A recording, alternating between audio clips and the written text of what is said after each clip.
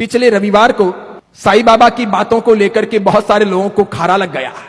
किसी ने video viral कर दिया, बड़ी मात्रा में मेरे पर धमकियां आने लगी। मुझे कहा गया कि आप माफी मांगिए। मैंने कहा देखिए, डराने धमकाने की आवश्यकता नहीं है। ये डरने की जो सोच है समाज की, यही सबसे बड़ी गलती है। अगर हम गलत हैं तो हमें डरना चाहिए, अगर हम अपराधी हैं तो हमें डरना चाहिए, अगर हम खोटे मार्ग पर हैं तो हमें डरना चाहिए, अगर हम अत्याचार अन्याय करते हैं तो हमें डरना चाहिए, अगर हम झूठ बोलते हैं तो हमें डरना चाहिए, अगर हम किसी का शोषण करते हैं और किसी की हत्या करते हैं या हिंसा करते हैं तो हमें अवश्य में डरना चाहिए। सबसे पहले पाप से डरना चाहिए। भगवान कहते हैं पाप से डरना चाहिए, इंसान को अपराध नहीं करने चाहिए, झूठ नहीं बोलना चाहिए, अन्याय अत्याचार नहीं करने चाहिए। जैन समाज और जैन समाज का साधु कभी अन्याय करने की सोच नहीं सकता, अत्याचार करने का विचार भी नहीं आता, कभी अनीति के मार्ग पर वो जाता नहीं और झूठ के परिप्रेक्ष्य में वो जीता नहीं। निश्चित तौर पर मैं ये सोचना चाहता हूं और कहना चाहता हूं कि झूठ क्या है और सच क्या है, सबसे पहले इसका अन्वेषण किया जाना चाहिए। रात क्या है और दिन क्या है, यह सबसे पहले सोचा जाना चाहिए। सही क्या है और गलत क्या है, इसकी भेद रेखा स्पष्ट की जानी चाहिए। अंधेरा क्या है और उजाला क्या है, जब ये हमारे सामने स्पष्ट हो तो अंधेरे को उजाला कैसे कह सकते हैं और उजाले को अंधेरा कैसे कह सकते हैं, सच को झूठ कैसे कह सकते हैं और झूठ को सच कैसे कह सकते हैं। मान्यता सबकी जुदा जुदा है। कोई कुएं में पड़े तो मैं रोकने वाला कौन होता हूं, कह सकता हूं, बचा नहीं सकता। कोई अपना सर फोड़े तो मैं रोकने वाला कौन होता हूं, कह सकता हूं साधु होने के नाते, बचाना मेरे हाथों की बात नहीं है। कोई जहर खाए या उल्टे मार्ग पर चला जाए मैं बोल सकता हूं, रोक सकता हूं, लेकिन उसे बचा नहीं सकता।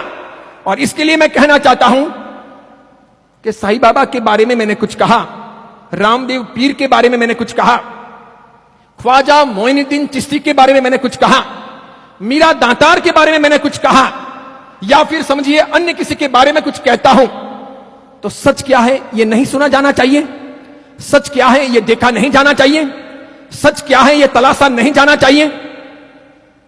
साईं बाबा मस्जिद में रहते थे, यह सच है, तो फिर वो हिंदू कैसे हुए? साईं बाबा नमाज पढ़ते थे, यह सच है, तो फिर वो हिंदू कैसे हुए? साईं बाबा बकरों की हलाली करते थे, उन्हें काटते थे, यह सच है, तो वो हिंदू कैसे हुए? उन्होंने जिंदगी में किसी मंदिर की, हिंदू मंदिर की पूजा अर्चना नहीं की, उन्होंने किसी प्रकार की हिंदू या जैन विधि से कोई साधना नहीं की, निश्चित तौर पर नहीं की, फिर उन्हें हम कैसे मान सकते हैं कि वो हिंदू हैं? किसी की आंखों में आप कब तक धूल डाल सकते हो? कितने अधिक लोगों को चमत्कारों के आधार पर कब तक आप मूर्ख बना सकते हो?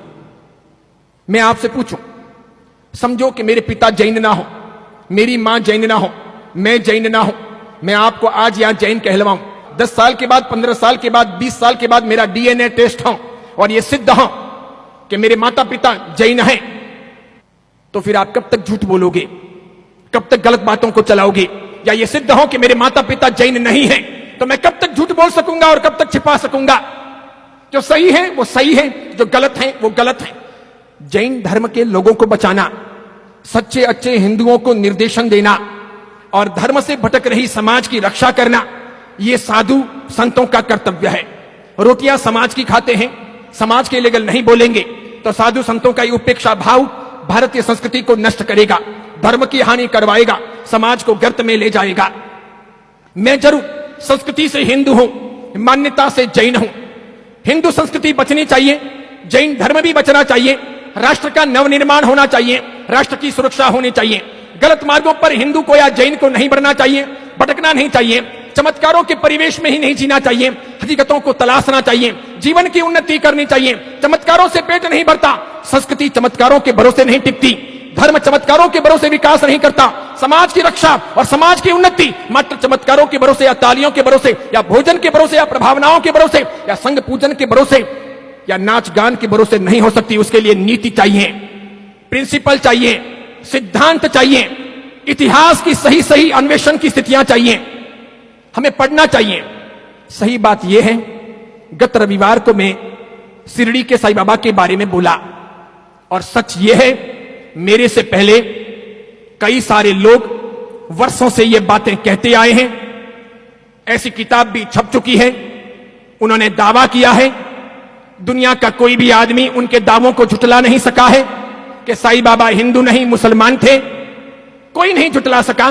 स्वयं साईं बाबा के शिरडी के ट्रस्ट के जो जोशी जी थे, उन्होंने भी ट्रस्टी होते हुए भी यह दावा किया था कि साईं ट्रस्ट ने हिंदू समाज के साथ में बहुत बड़ी गद्दारी की है, हिंदू समाज को भटकाने का काम किया है। साईं बाबा का अग्नि संस्कार नहीं हुआ था, उन्हें कब्र में दफनाया गया था, उसी कब्र पर ये साज बना है और कालांतर में लाकर के मूर्ति की स्थापना कर दी गई है। साईं बाबा हिंदू नहीं है, हिंदू मान्यता यहां कहीं सिद्ध नहीं होती। उन दावों पर कभी शंकराचार्य भी बोले थे, धमकाना, डराना, आश्रमों में तोड़फोड़ कर लेना, धमकियां देना, मारने की या केस करने की धमकियां देना, ये बातें तो सामान्य हैं। भारत का कानून सभी को अपने अपने ढंग से जीने का, साथ में अल्पसंख्यकों को अपने इरादों से जीने का और साथ में सत्य को प्रकाशित करने का अधिकार देता है। सच वो सच है। अगर मेरा समाज, मेरा कोई भाई, मेरी कोई बहन, मेरे मानने और चाहने वाले लोग या मेरे भगवान के लोग अगर मार्ग से हटते हैं, वे भटक जाते हैं और मुझे उन आंखों से दिखाई देता है कि जिस रास्ते पर आप चल रहे हो वहां कंकड़ हैं, पत्थर हैं, पानी है, कीचड़ हैं, खड्डे हैं, गिरने की संभावनाएं हैं, वहां मत जाइए, वहां से हटिए, सही मार्ग पर जाइए। तो क्या मैं समाज की रोटियां खाता हूं तो सच न बोलूं, चुप रह जाऊं, समाज को गिरने दूं, समाज का पतन होने दूं? जैन समाज में दोगले लोगों की संख्या भी कम नहीं है। वे धर्महीन, धर्मभ्रष्ट लोग हैं। वे ऐसे नालायक लोग हैं जो खाते हैं जैन धर्म का और बातें करते हैं दूसरों की। उनमें से कोई अगर सत्य साईं बाबा के भक्त हैं तो करम फूटे उनके, उनका अभिवादन नहीं हो सकता, वो महावीर के नहीं हो सकते। मैं तो आज भी कहता हूं, जो लोग लाइव सुनते हो, ऐसे सभी धर्मभ्रष्ट दोगले लोगों को अपना धर्म परिवर्तन कर लेना चाहिए। आज कानून ये नहीं कहता कि उनको धर्म से, समाज से बहिष्कृत कर दें, वरना अधिकार यह होना चाहिए कि ऐसे लोग जो खाते हो घर का और घर का खोदते हो, जो खाते हो घर का और दूसरों का समर्थन करते हो, जो खाते हो घर का और दूसरों का पक्ष लेते हो, जानते ना हो, सत्य हकीकत पता ना हो, इतिहास पढ़ते ना हो, अंधे हो, समझते ना हो, बेजू बावरा की तरह जीते हो, कुछ भी मन में आए वह मत्था टेक लेते हो, तो गलती उनकी है। ऐसे लोगों के भरोसे धर्म का, समाज का, नीतियों का, संशासन का या फिर परंपरा का निर्माण या संरक्षण नहीं हो सकता। हमारा यह वीडियो अगर आपको पसंद आया हो तो उसे लाइक कीजिए, शेयर कीजिए और आचार्य विमल सागर सूरी जी के नाम से चल रहे हमारे चैनल को सब्सक्राइब कर उसके पास रहे बेल के बटन को क्लिक कीजिए ताकि हमारे नित नई वीडियो को देखने का आपको अवसर मिल सके।